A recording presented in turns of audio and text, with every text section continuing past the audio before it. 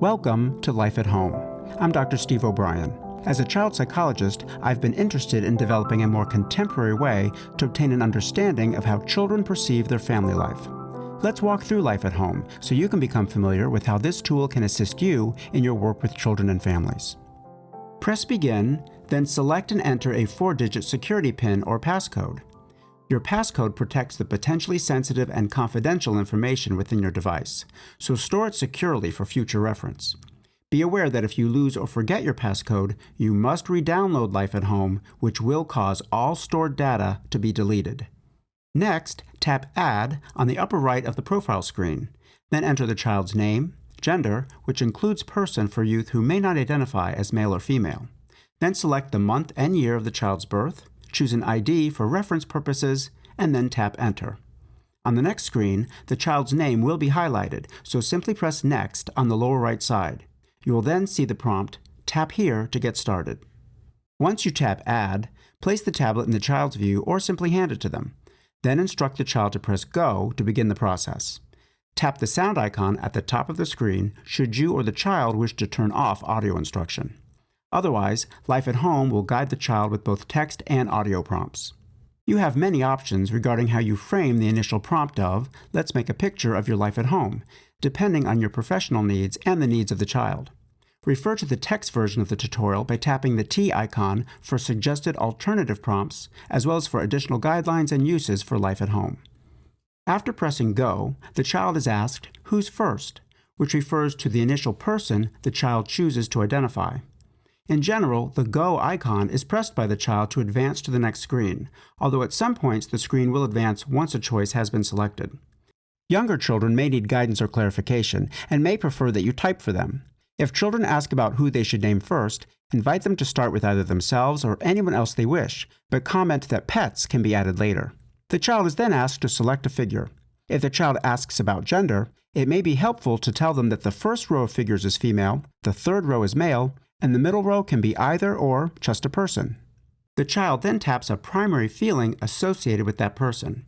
The top row depicts simpler emotions, as well as the option of nothing or no feeling.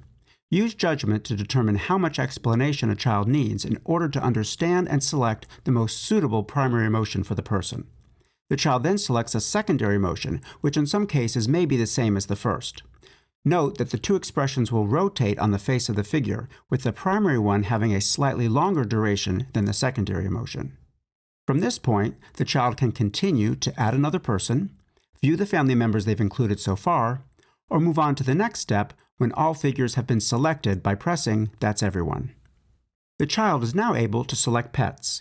Inform the child that although multiple pets can be selected, only one can be chosen at a time. The child may choose a dog, small animals such as a hamster or gerbil, a cat, fish, a reptile such as a lizard, or a bird.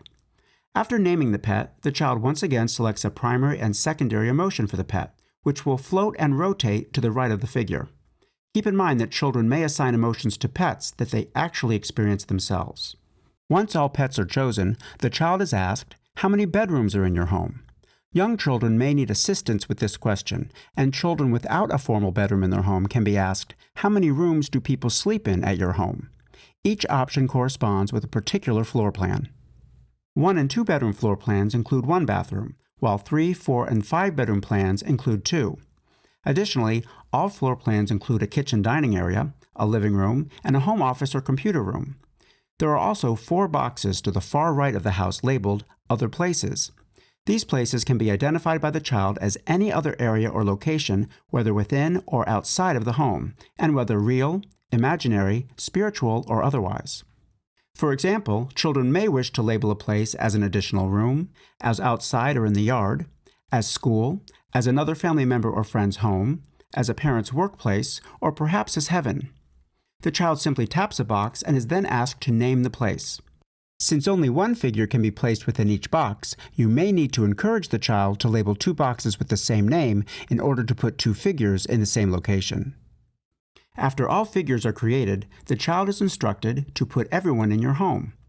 Once the Go icon is pressed, the child is informed to swipe from side to side to view the floor plan of the home and to tap a room to add someone to it. This is an appropriate time to also point out the Other Places area previously discussed. Note that there's a maximum number of figures that can be placed in each room. Bathrooms, small bedrooms, and the office can accommodate 2 figures, while larger bedrooms and the kitchen dining area can hold 3 to 4. The living room accommodates up to 6 figures. This information can be shared with the child as needed to assist with figure placement. After the child taps a room, he or she selects a previously created figure to place within it. The child can also create a new person or pet to place. The child is then prompted to indicate what the figure is doing, which actually places the figure in the room.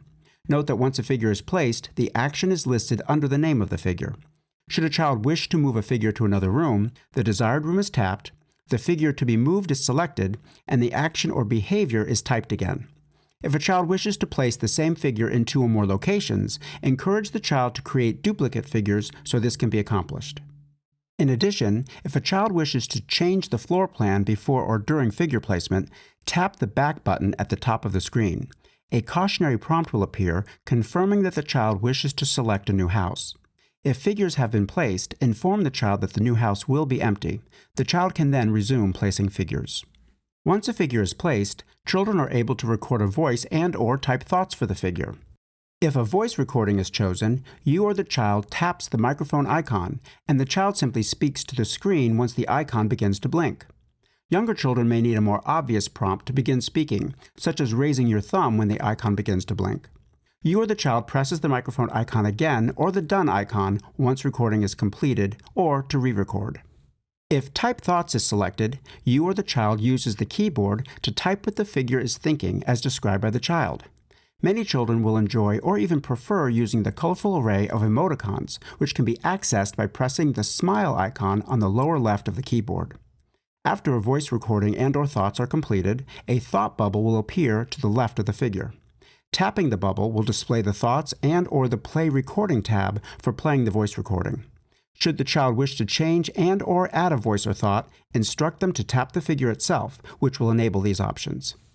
Children will vary in terms of how much they verbally engage you during the life at home process. Remember that such interchange is an important part of the information you obtain.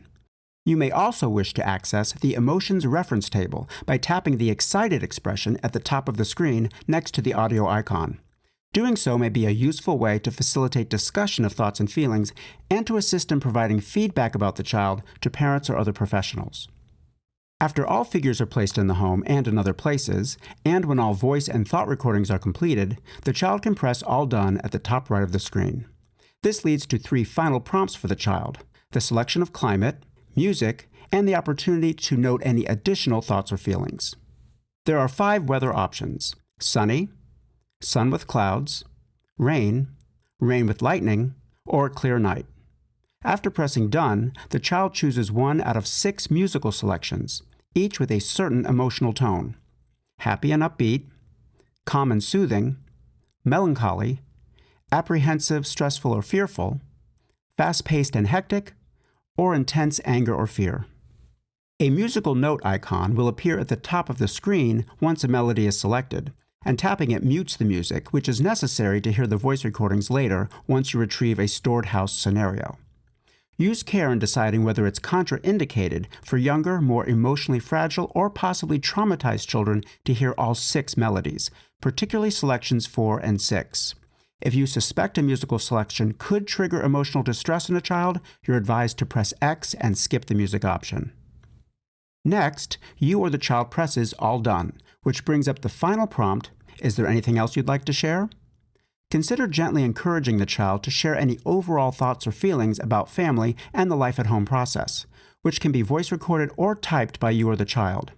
These final remarks will be stored and can be accessed by tapping View Edit under the Comments column of the scenario page, which is accessed by tapping the child's name on the profile page and then tapping Next.